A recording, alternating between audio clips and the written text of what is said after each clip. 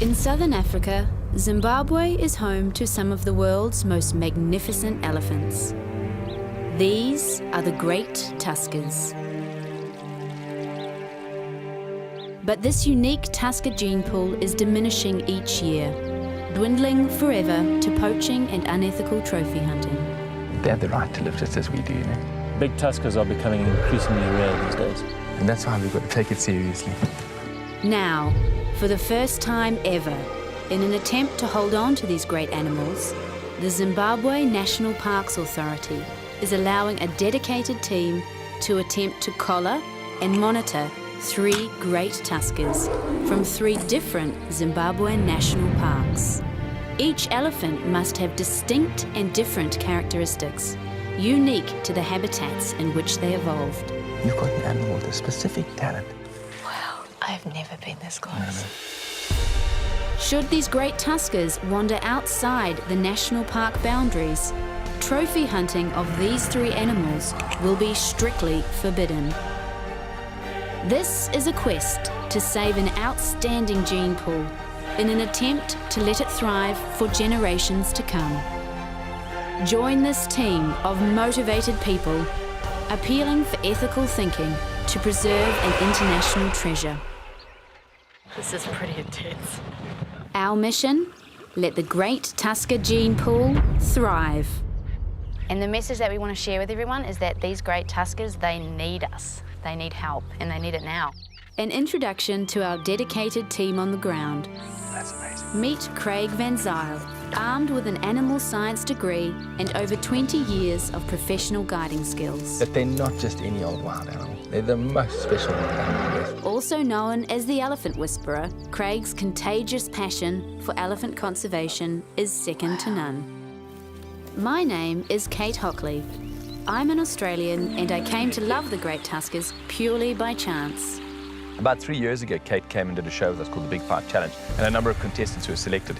And I was fortunate enough to partner with Kate. What was great for me was to see someone that had a genuine or similar passion for animals, in particular elephants. And one of the things that drew me to Craig was that he treats each elephant like an individual. So instead of saying, I love elephants, Craig showed me that each elephant is so special and so unique in its own way, and they each deserve to be protected. I think her living there, she wanted to find out if there was something she could do. Back home in Oz, I vowed to come up with funding to help save these great Tuskers. 2 years later, I'm now back with the goods. It's really great to see someone coming in from outside and having such a passion for these animals. Dr. Chap Masterson is one of the most capable and respected wildlife vets in Africa. He'll go to any lengths to ensure the utmost care for these elephants. Fantastic work, Chap. Together, we're about to set out on a pretty lofty mission. Preserve the great Tusker gene pool at all costs for generations to come.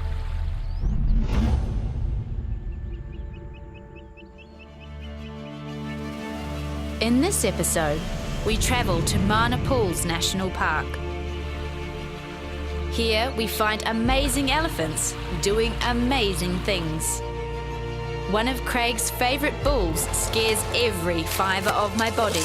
Don't run. We get close to the action as we try to collar an extraordinary bull with a unique trick up his sleeve. Find out if we complete our mission. To find and collar our first great Tusker, we ventured to the vast Hwange National Park. We visited many waterholes and saw thousands of elephant, but none were suitable. Finally, on the last day, we found our long-awaited prize. The Hwange Tusker was successfully collared and is now being monitored and tracked wherever he goes. Good boy. Protecting him from hunters and giving us vital new information about these magnificent animals. As our quest continued, Craig and I made our way to Matusadona National Park, where a water wilderness called Lake Kariba meets the rugged shoreline of a massive escarpment. Here we began our search for our second great Tusker to collar and protect. We found a marvel to behold, sporting the incredible tusk size and shape unique to the elephants of this area. Darting and collaring the Matusadona Tusker was fraught with danger, but worth it in the end. The mana bulls tend to be either of one type or another. The majority of the bulls that you see around mana pools are of the smaller, shorter, stockier variety, whereas you do get the occasional big, Hwange type animal sauntering through. You find a lot of the elephants in mana pools are very relaxed with people, and we've had years and years of associations with them. And you can get right up to them, you can stand next to them, they'll come and they're curious about us. It's very, very calm experiences. Really clever animals often stand on their back legs to reach branches and things like that.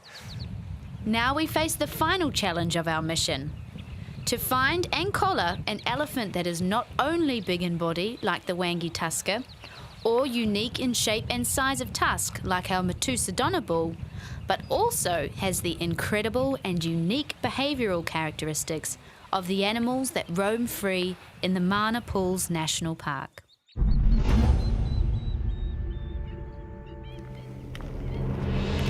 Dr. Chap Masterson is on his way to join us at Mana Pools. Until he gets here, Craig and I patrol the area on the lookout for signs of large bull elephants. It's not long before we come across an old friend of Craig's. He's called the Karina bull. This particular guy, you have an existing relationship Yeah, for with? many, many years. Yeah, unfortunately, he's very, very relaxed. Yes. And for me, that makes him the most dangerous elephant. I'd rather an elephant was a little bit scared. This guy at times will come right up to a car. So if we find ourselves in a safe place where there's a fallen tree, Yes. he'll come right up to us there as well. Oh, look at this, look. You see how he lifts it up? That is so cool. And he's not getting it. He'll find one. Oh. It's often the case that these elephants we like the most are the most dangerous because having spent so much time, it's very easy to become very familiar with them. Let's go. Craig has had past experiences with this bull, in particular of him being very inquisitive. It's amazing how they almost put a show in for themselves. Years ago, we were doing a show, and whilst we were doing that, we actually just stopped for a cup of tea, and he came up and he touched the girl that we were presenting with, a girl called Karina. You know, it was quite a fearful experience at the time. I mean, we were out of control, but he was in control. I mean, it changed her life. And funnily enough, now we nickname him the Karina bull. I mean, other people have different nicknames for him, and it's because they're individuals. I mean, other elephants will run at the smell of humans. This guy will come and look and see what you're doing. I'm definitely guilty of thinking that elephant to elephant to elephant, not that they are so individual. Like, this has been really profound for me. Exactly, and you get individuals like this that are very atypical. Yes. You get certain things that are quite similar for all elephants, but this animal is quite unique. He's extraordinary. And he's an elephant we want to protect, but perhaps at a later stage. He's not really a trophy elephant. He's not necessarily going to get killed by anyone. And all the time I've known him, he's never travelled far. I can always find him in a few kilometre radius of here. He's unique. He's different. We're going to have to, if we all go over kind of thing, you know? Hello, my boy. There's my hat. Come say hello nicely. Come on. By putting my hat out there, the thing is, it's a barrier, so if he does go up to something, he'll stop it.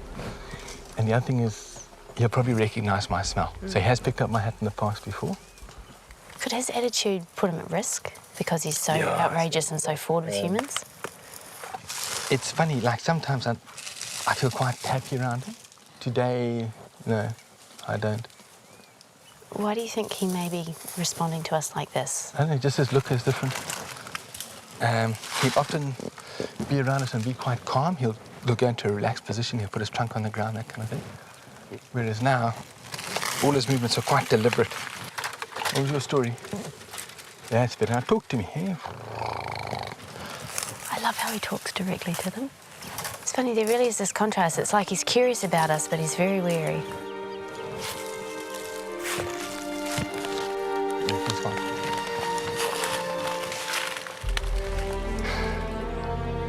See him testing the air there? Keeping a hell of a good eye on us. The unique character of the Karina bull raises as many questions about these animals as answers. His intelligence, curiosity, and sensitivity is a privilege to witness. I hope we see more of him during our quest.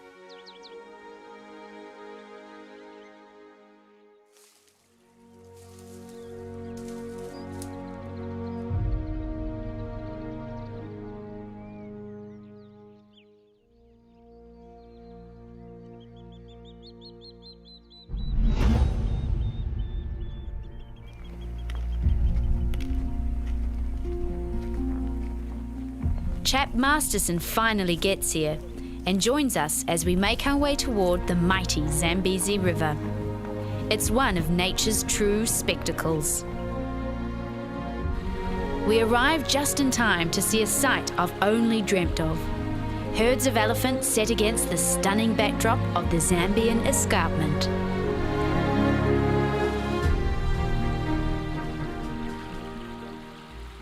One of the things about elephants is they don't recognize international boundaries. So these elephants are going to an island, and from that island they can swim across to the other country, to our next door neighbors. And it's one of the reasons why we want to monitor these bulls, is to see, is this where we're losing? Are they going to Zambia and being killed? Yes. Why are the elephants migrating over? They're crossing to the islands to get grass and reeds that are growing. It's obviously very dry inland, the rains haven't come yet. I would love to see them swimming. Well, we can't actually go and swim with them, but if we see a crossing where they're going through deep water, we'll jump in a canoe and we can follow like that.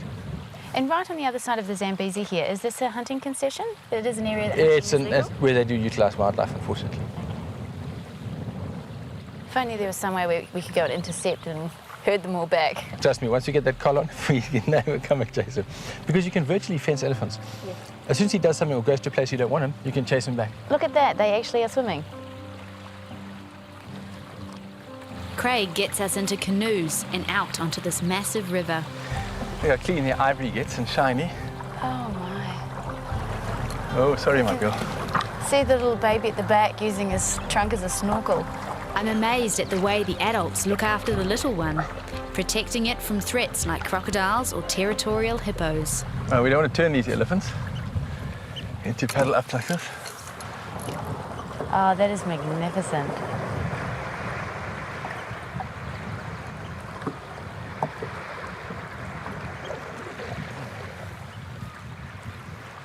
See how it gets deep now, the elephants start to swim. And you watch their snorkels come up above the water now, Kate. But for such incredibly large animals, how do they swim? And you see, so they're not as buoyant as you think. It's really just the tops of their heads. But all four of their feet are off the ground, and it's like dog paddling. Yeah.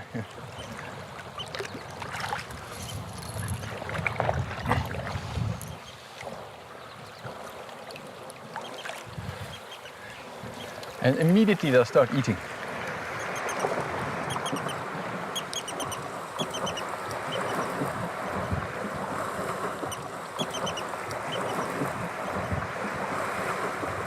Amazing, eh? That is They're a little so bit stressed by us, cool. but it's fine. They're really eating some of them. How long will they stay over here before they return home? Kids, it's one of those things we don't really know. They seem to spend a day or two, or at least overnight. So now it's the afternoon. We'd expect to see them here still in the morning. And then perhaps when the day heats up, they'll swim back, take advantage of a dip then, and then go back. And have they learned the easiest route through the water? No, they seem to use the same route, so I guess it's the easiest. Okay. And they kind of go down at the current, and they walk on the sandbanks, and then just this little deep section they'll swim across. Yes. And they're clever, you know, they know this. Look at them already, feeding away, feeding away. All right, Kate, I'm going to have to ask you to paddle. It's a big river.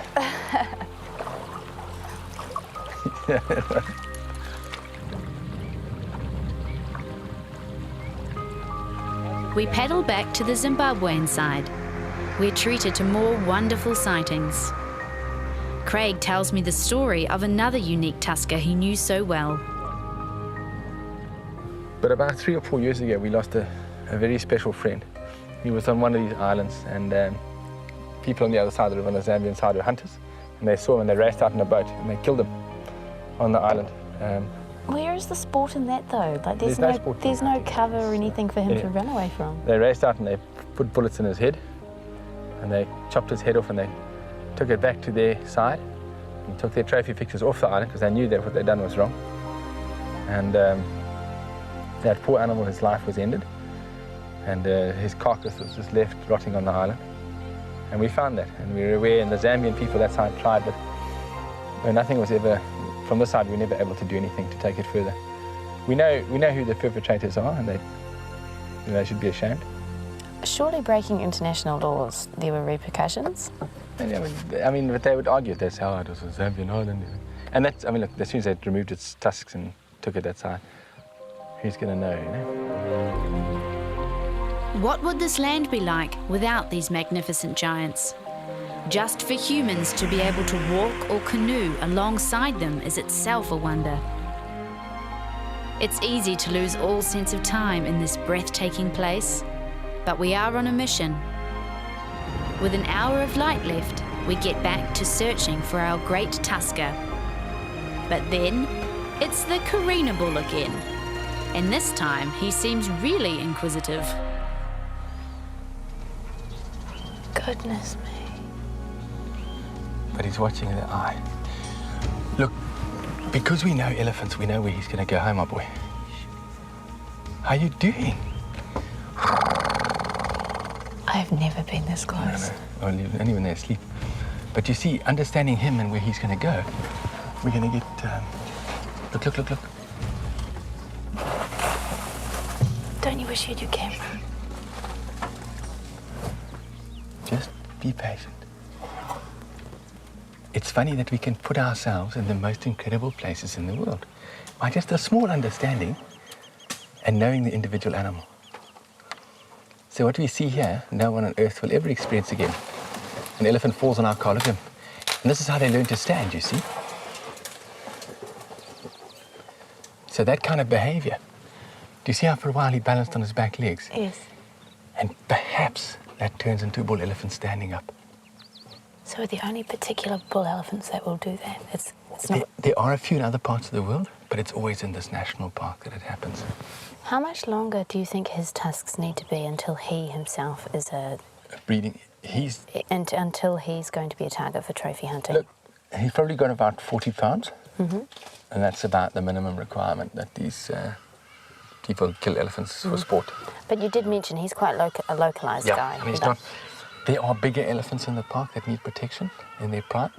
One in particular that stands on his back legs. Mm-hmm. And it's a trait that's very unique to this area. And if we lose it, maybe these elephants learn from that. What I saw today with him, he actually for a while balanced on his back legs. Which for me was the first time I've seen him do that. Could it be that he's learning from the other big bulls? Or maybe they learn accidentally. Okay. So in the past, I used to think maybe they learn from other bulls, but then you see these old bulls that can do it, and other bulls just follow them and steal branches. They actually haven't learned it yet. And then now and again, you'll find an animal on his own, just suddenly starting to do it. He's going to reach a branch above our heads. Look at this.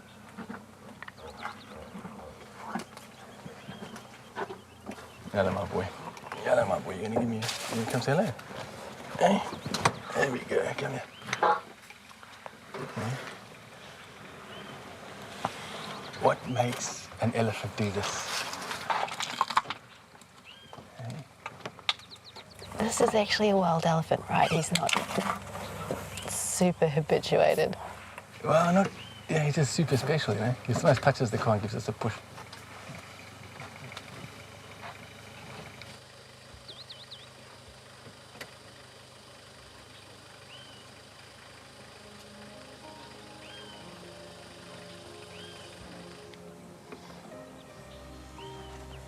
Like a big snake here, he looks for another branch. Look into his mouth. You can actually age him from his teeth without having to actually dart him. See that? He's going to come right up to you now. It's so cool as well to see where the tusks actually come out, to see underneath his trunk. And the trick is you mustn't move when you're in a position like this because any movement will give him a fright. So you've got to be super still, super calm, and then you hear how we talk in a very subtle way. Okay. I actually can't believe that this is happening. All he's got to do is pull his head down and we're in trouble. Okay, watch him break the branch towards the center of the tree. Hello, my boy.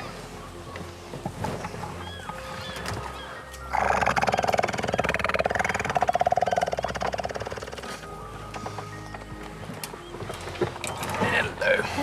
Watch out, how are you doing? What that's for today. Thank you.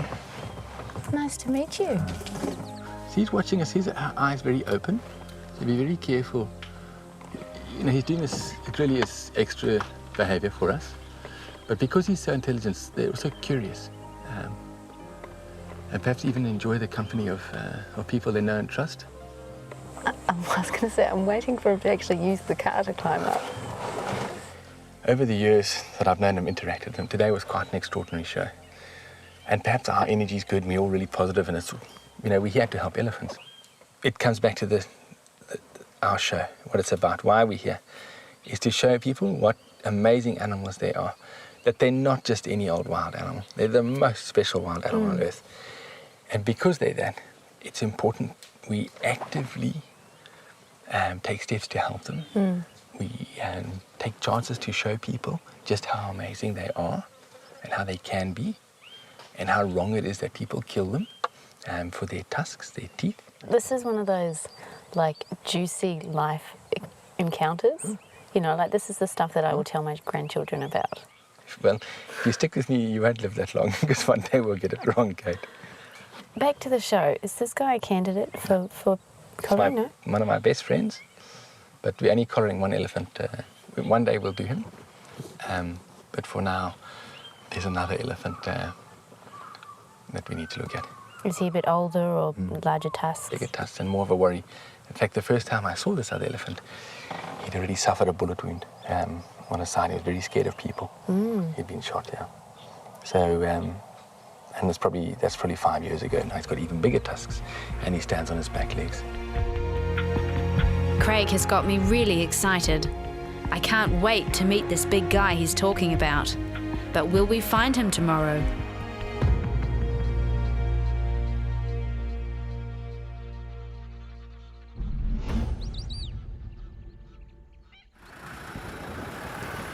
Day 3 starts on the road again, searching for our big tusker. According to Craig, this elephant has an amazing ability to stand on his back legs, a bit like a circus elephant, which accounts for his name of Boswell. First, we come across a pretty impressive bull. But then we find Boswell. That first bull is nothing like as impressive in comparison. Look at this. Isn't he a beautiful animal? Eh? And really one that should be protected. Not just because of his wonderful ivory, but because of his wonderful skills. He's quite unique amongst elephants. I mean, chap, this will be important to you and to you as well, perhaps, Kate.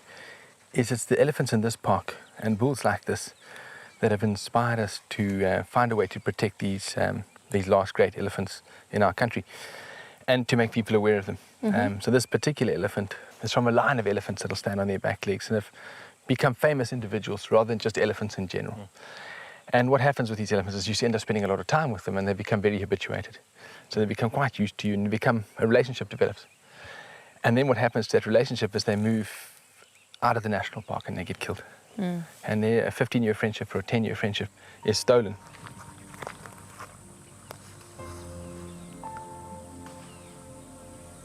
And up it goes. Up. Wow. Just think about the learning curve of actually figuring that all out with his balance. He'll go straight away again. He didn't get what he wanted. And the weight that must be bearing down on those back legs.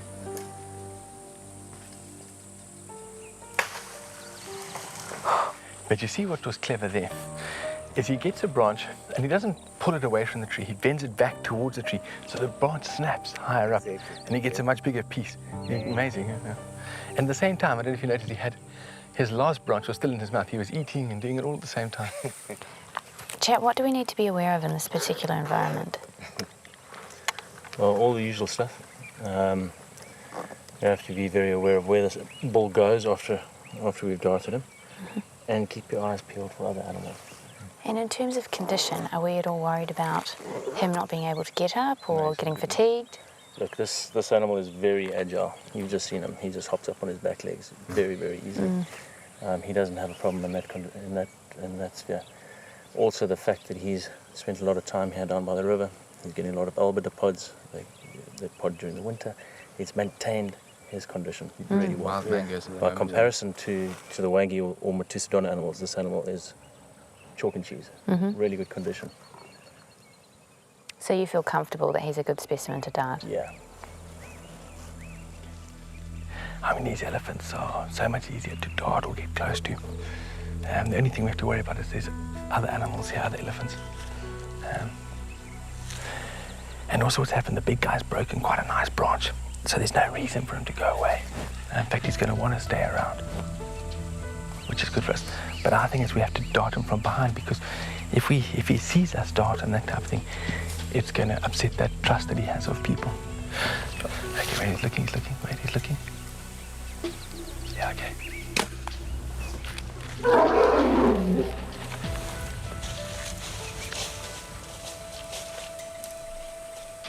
He thought it was another elephant's tusk in his bum. Look at this, straight back to his food. And that's what we want. We want him not to have... He's not fuss for us. This is the first time I've actually seen the darting in action.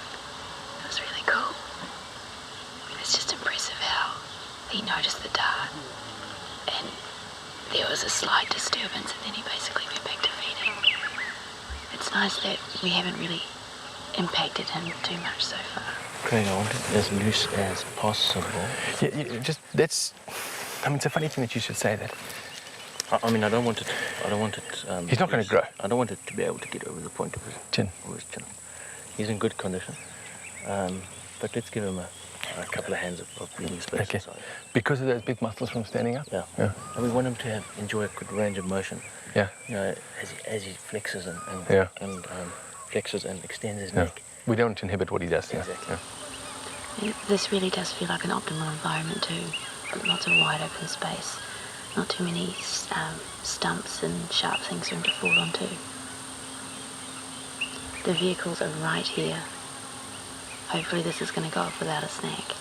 We've got to watch. Things have gotten a bit pear-shaped now, with this mum and calf coming in. I mean, I know this elephant, she's always with this bull.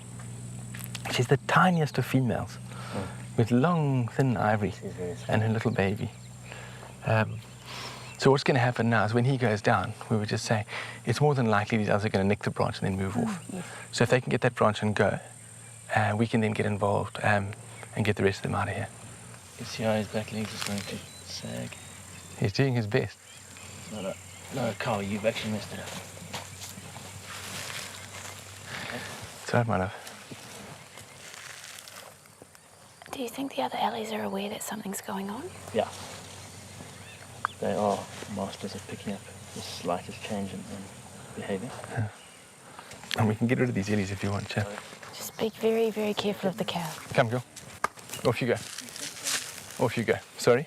Off you go. Guys, I got to come in here. Off you guys go. Go. Go.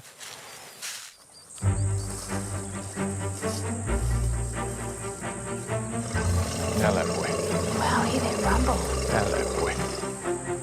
There you go. Sorry, my friend. Hello. Suddenly, it's all systems go. The team take the necessary precautions to make sure Boswell is safe during the collar fitting. Go that side, one of you. And pass around. We need a little bit of take so that it can't actually... Yeah, if you bend it. And then eight. Yes. We're just going to age him with the teeth.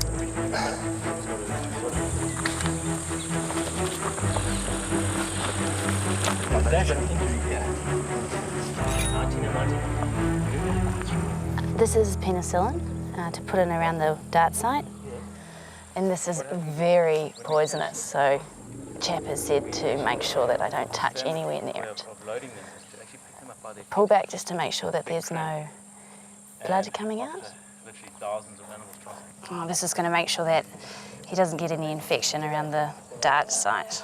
Hello. Sorry, you need to go. We're busy here. Go on, go. Off you go, off you go, off you go. Hey, hey, hey, hey. We're helping your friend here? You stay away, okay? Just putting in some vitamins and antioxidants, just to assist with coping with the unusual circumstance of being knocked down. You need to. Earlier. Go on. Hey, come on. It's crazy that every single darting we've had a different Let's go. stress or a different drama to deal with. Take it along the greater curvature there for me. You got it? Yeah, how many inches? 54. 54. 17, bang on. 17, bang on. He's a big animal. These look nice on the sand. They don't look nice on somebody's wall, especially in some foreign country where they don't belong. And the worst is it's first world countries that come and kill these elephants. And that's what's wrong. How many more years will he have to pass on his amazing genes? Oh, 10, 15 years. It's a good bull, this, eh? Yeah, he's special. Very, very yeah. good. Okay, I'm going in. It's time for Chap to inject the reversal drug. A tense time for the team. All we can do now is pray. Most elephants struggle to rise when their heads are facing downhill. Boswell cleverly shuffles around to get into the right position. He's moving. Look, he's moving. He's moving, Chap. You want to push, Chap? That's all it takes, eh? Oh, yay. He's going to flatten you. Finally, our big guy is back on his feet. Not that loose, that collar. A gap of 2 hand spans has been left on the collar. That means he'll have a good range of motion as he reaches up for high branches. This is spectacular. It's quite nice having the other elephants here because they're relaxing him in a way. Have you noticed that? Boswell is ready to join his friends and followers.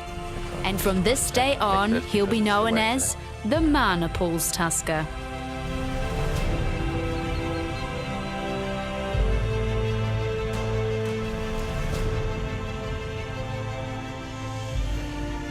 Well done, everyone. Now we can protect him for always. Can we try and find him again tomorrow just to make Yeah, just to make sure that the collar isn't affecting his No, definitely will. skill? So we'll give him obviously peace for the rest of the day, Yes. and just let him go and disappear, and then we'll use our telemetry and we'll go and pick up on him and keep an eye on him tomorrow. Him and The his next day. entourage.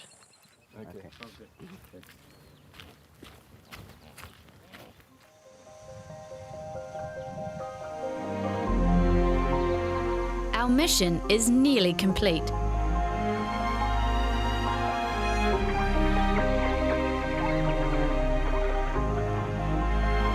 And Craig can't resist taking Chap and myself for one last visit with one of his favourite Tuskers, the Karina bull. Craig approaches the Karina bull with his unique greeting, making sure that this incredible but very inquisitive animal doesn't get a sudden surprise. Hey, big boy. You got to watch the smallest things, even if he blinks his eye. If he blinks a quick blink, it's like he's got a fright, and that's enough to tell us. If he blinks a slow blink, he's very relaxed.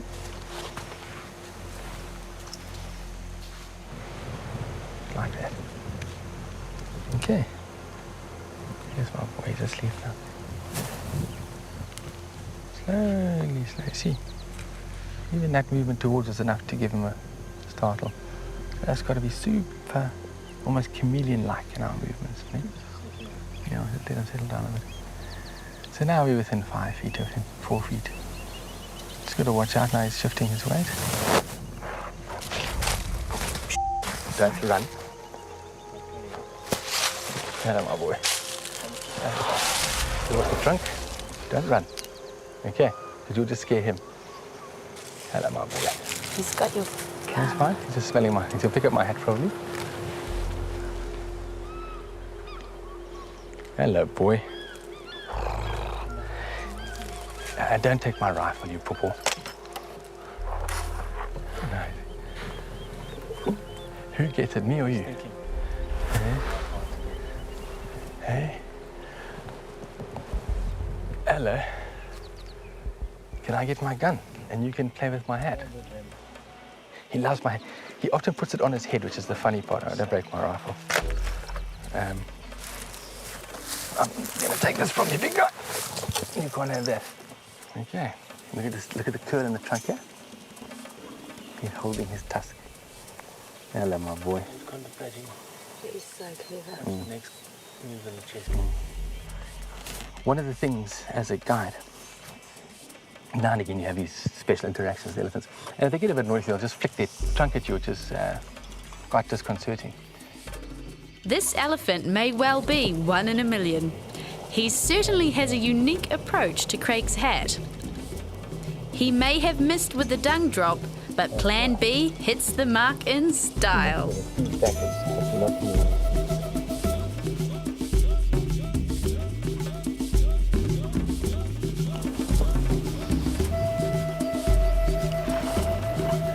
Can I get my hat? Big guy, can I get my hat? Hey, hey, you beauty, look at this, my hat. Dripping wet.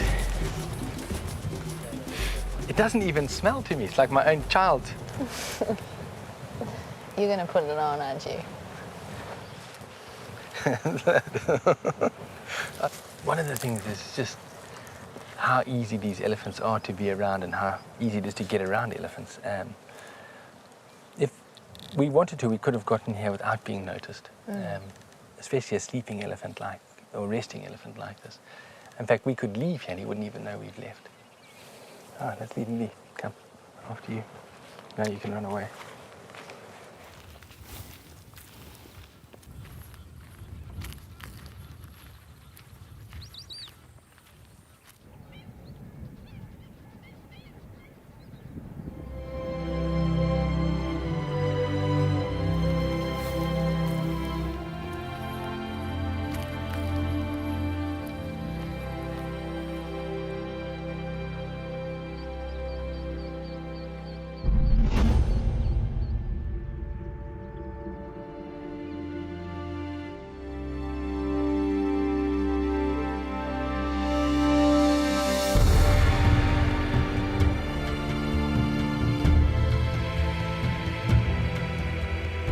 It's a really big day for us. We're tracking the big alley that we collared yesterday, and we've kind of had mixed signals with the telemetry, but Chap seems to think that we're heading in the right direction. Hopefully we'll go find this big guy.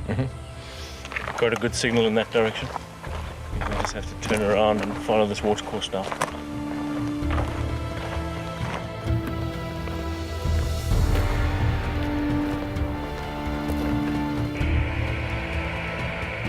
When we find the Manapul's tusker, our mission will be at an end. But before that happens, once again, we're sidetracked.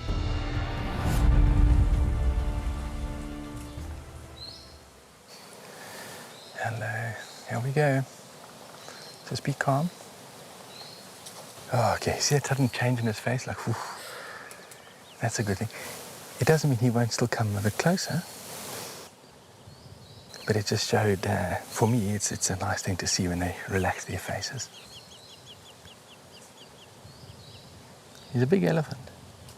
I mean, all elephants are big, but he's a nice big elephant.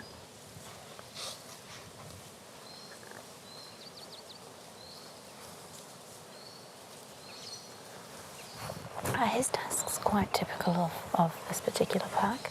Yeah, okay, I would say so. It's unfortunately it's a trend that we're seeing. Is we're seeing elephants with smaller tusks like this, these more curvy, tinier tusks that are almost less sought after on elephants with big bodies.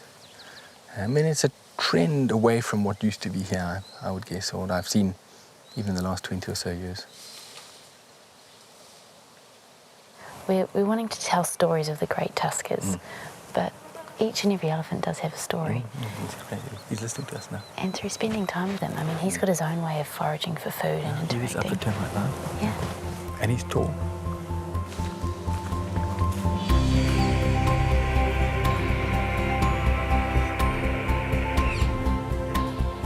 Chap's signal becomes clearer, and we walk on in search of our final Great Tusker.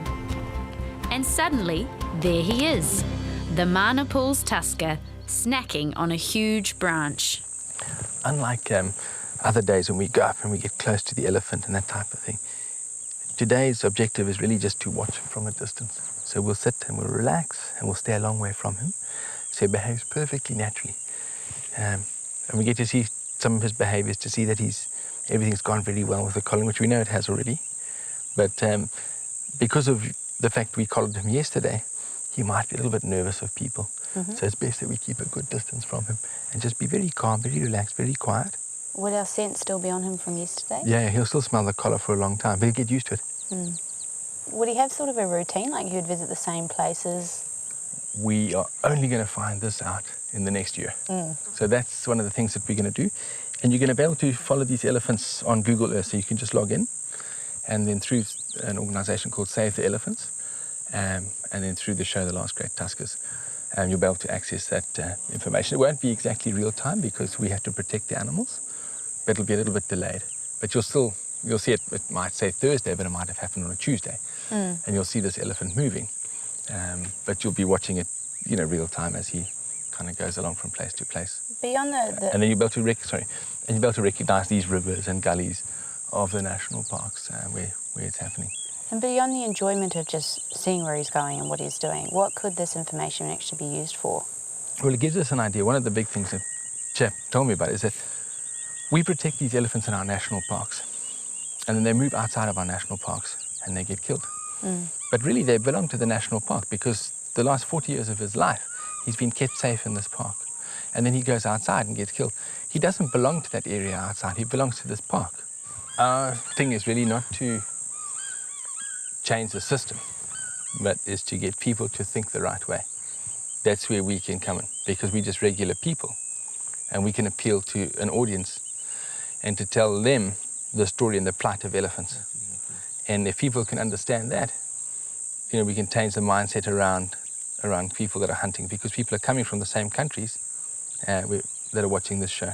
What exactly are we looking for, just to show that he's healthy? Yeah, just spend time with him.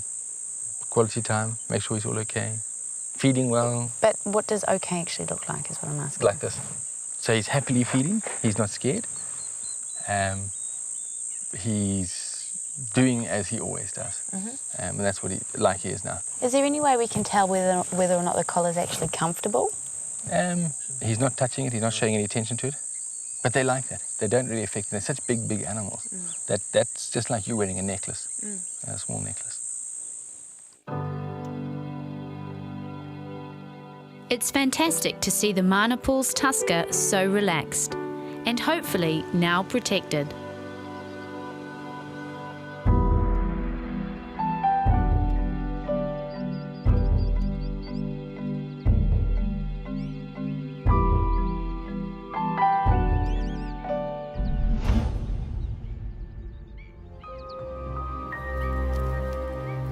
Yesterday, we didn't actually see our Manapul's Tusker reaching up into branches on his hind legs.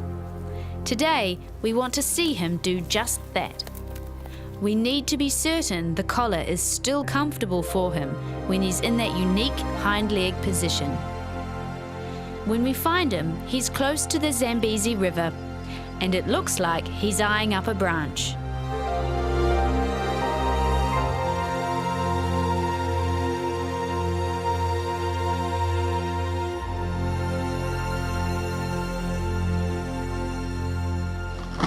Perfect. Everything is in order, and he's clearly very comfortable. It's fantastic. We found him yesterday quite far inland, and this morning, using our telemetry, using Chap's telemetry, he's right next to the river again, and this is where we expect to see him. But it was interesting that something we didn't know about him, that often when we can't find him, it's possibly that he's gone so far inland. So already we have some new information. Yeah, and he's doing a circuit, you see. And now he's back to the shore. And he's broken a wonderful big branch, and he's picked up a couple of other elephants. It's almost like it's business as usual for him. No, for sure. What was interesting, one of the interesting things which we'd like to see about this elephant, and we haven't caught it on film just yet, is that when he does go up sometimes, like that time he broke a big branch just with his trunk. Now and again he'll go up, and if he can't break with his trunk, he'll pull it down and he'll use his tusk. Because these wonderful big curved tusks, and he'll just break it like that, because the tusk is much stronger than his trunk. It is a relief to have seen this morning, to know that the weight of that collar hasn't impeded this talent of his. Compared to his weight, it's absolutely nothing. It feels heavy to us, but then we're just humans, Chap, how long can we assume he'll have this collar on for? This particular collar will last for 3 or 4 years, depending on the battery power. This bull is young enough, and in 4 years' time I'll be able to replace it. In an older bull, we'll probably just leave him be, because one of the other functions of the collar, as well as tracking, is to give a visual cue to would-be hunters that this bull is off limits. Yes. So some of the older bulls, like the one we did in Matusadona, we probably wouldn't change that collar, but we would leave the strapping on so that it's there. Look at this, how he's avoiding the other elephant from stealing, because with a big branch like that, it's easy for an elephant to go the other side and take some away. And even look what's happened, just by him moving it, and where it obviously broke, there's small sticks that are left on the ground. See, there's other animals benefiting from his presence. And if you look very carefully, look at this animal further back, the one that's coming to steal. You can see his ribs, you see that? Mm-hmm. Whereas our bull that we collared, you can't. So his ability to stand up is keeping him fat. I mean, it looks like it's energy inefficient to have to lift, tons of weight up into a tree like that. But the rewards are so great. And these trees are so nutritious. So what we're going to have to do now, we're going to have to wait the 20 or so minutes it's going to take to finish that branch. So we're just going to sit in the shade and then wait for him to do it again and do it again and do it again. And what we're really hoping to see is that tusk over the branch behaviour. Big time. Right, come and sit down quietly.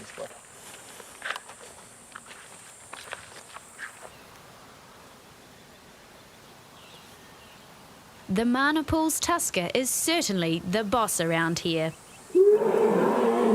And he makes that quite clear to his scrounging associate. Very calm. So he's looking for a branch and at the same time watching us. But if we sit still, that should do it.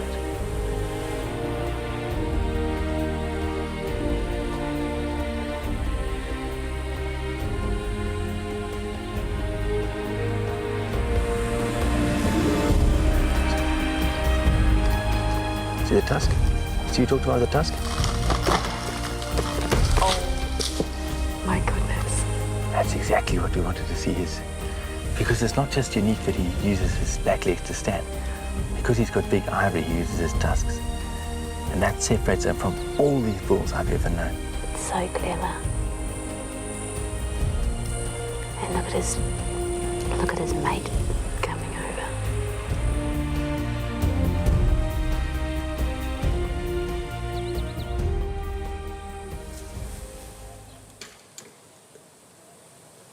So just a shift of his weight like that's enough to warn the other guy. Close enough.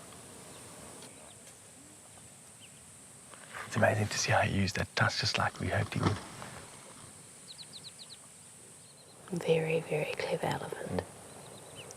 What's fantastic is it's the end of the dry season. The rains are about to come the next few days. In fact, we've had the odd shower in parts of the park. And it's come to the end of the safari season now. It's the time we leave this place. And we only come back here after the rains in a few months' time. And it's for us to know that he's collared and we'll be able to monitor him whilst we're away. It's fantastic. So we can kind of leave the park without being so worried about what might happen to this animal. Because in the past, you start your new safari season and suddenly you're looking for one of your friends and they're gone. They never appear, and then you find out a story that one of them's been killed or something like that. So at least we can leave with a bit more Peace of mind. Peace of mind, yeah. Come through here.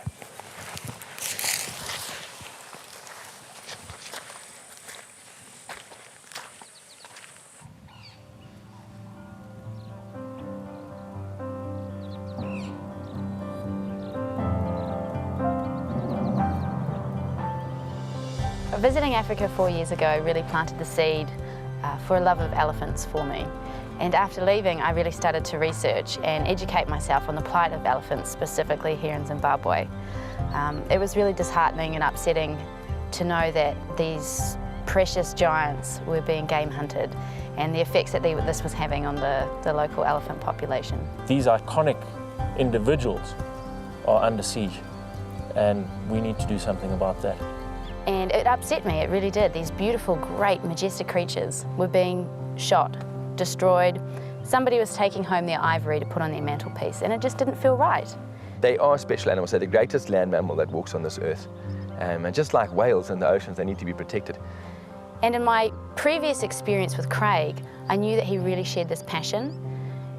And one of the things that drew me to Craig was that he treats each elephant like an individual. So instead of saying, I love elephants, Craig showed me that each elephant is so special and so unique in its own way, and they each deserve to be protected. They really can touch you as a person. I see a lot of these elephants as my friends. The more time that I've spent down on the ground and in my conversations with Craig, I've really had a profound realization just how special these elephants are. And it's each and every one. It's not elephants in general. It's raising the awareness that an elephant's not just an elephant and an elephant and an elephant.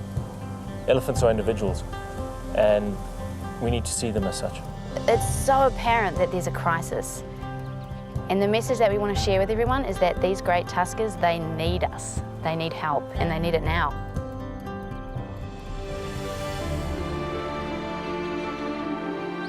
Our mission may be over, but the job is not complete. Our quest has simply been a small effort to try and save the genes of 3 unique and beautiful creatures in 3 unique and beautiful national parks. Hopefully, we've made a small start in leaving a legacy of big tuskers thriving into the future. But so much more needs to be done to establish ethical hunting and lasting elephant conservation in Africa.